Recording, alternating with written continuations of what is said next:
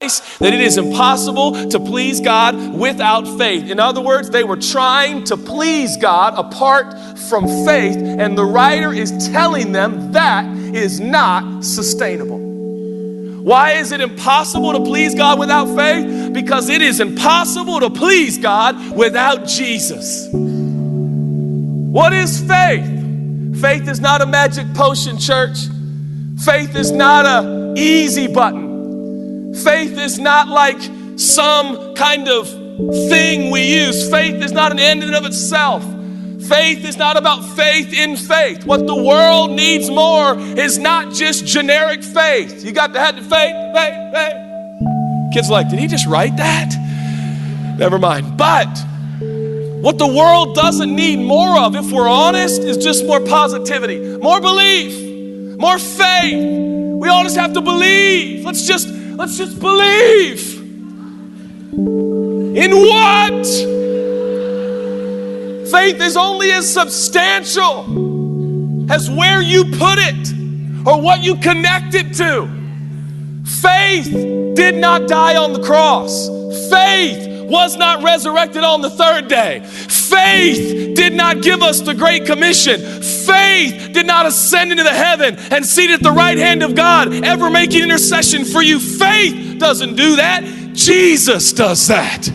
Our faith is in Jesus. It is impossible to fulfill the law. It is impossible to do it all right. It is impossible to pay the price for your own sins. It will cost you your very life. But he who knew no sin became sin so that you and I might become the righteousness of God in Christ Jesus.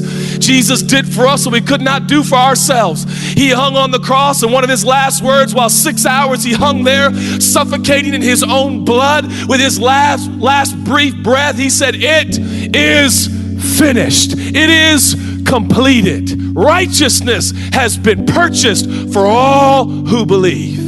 It is impossible to please God by your own performance and your own deeds and your own achievements and your own accomplishments. You cannot do it. And if you attempt to conjure up a righteousness of your own, it will lead you to defeatism, and it will lead you to disillusionment, and it will lead you to discouragement, and ultimately giving up.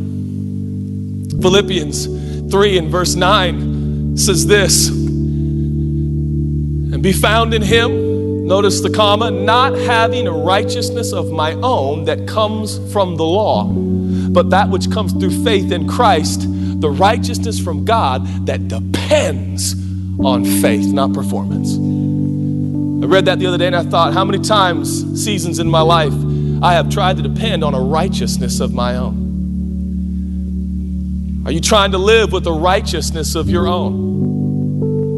Oftentimes, I realize that the focus of my daily life has become my own performance, my own deeds, my own self-improvement, my own progress, and I just want to go on record to say it is overtly clear, according to the Bible, that the emphasis is not on your performance, but on the performance of Jesus.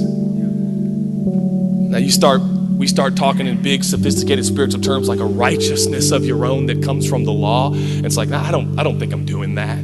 Then I ask a much more specific, practical, kind of easily understood question. Your daily life, what are you more focused on? Your faithfulness or his faithfulness? What are you more focused on? If you're honest with yourself, your daily life, are you more focused on, well, I got to get better, I got to improve, I got to be more kind and more compassionate, more empathetic, I got to have more passion, I got to pray more, I got to read my Bible more, I got to be a little bit better, I got to get to church, Judah just starts right at the top anyways, where's the songs? But anyways, that's beside the point, I just got to get there and do better, and without even knowing it, you have fallen for a trick. And now your Christianity is constituted by a focus of a righteousness of your own. In other words, your life is about doing better, trying harder, because then God will like you more. That is a fallacy and it's heresy. It's wrong. The focus of our daily life should first be on his righteousness and his faithfulness. If it's on our own faithfulness, we will oftentimes struggle with this real emotion that says, I can't keep this up. I'm exhausted. That's why Jesus said in the ultimate invitation of human history, he said, are you burned out? Are you exhausted? Are you tired trying to conjure up your own righteousness to make God happy? Are you tired yet? I've come. I'm the Messiah. I can do for you what you cannot do for yourself. So come learn from me. My yoke is easy and my burden is light. That was the invitation, to trust Jesus, not ourselves.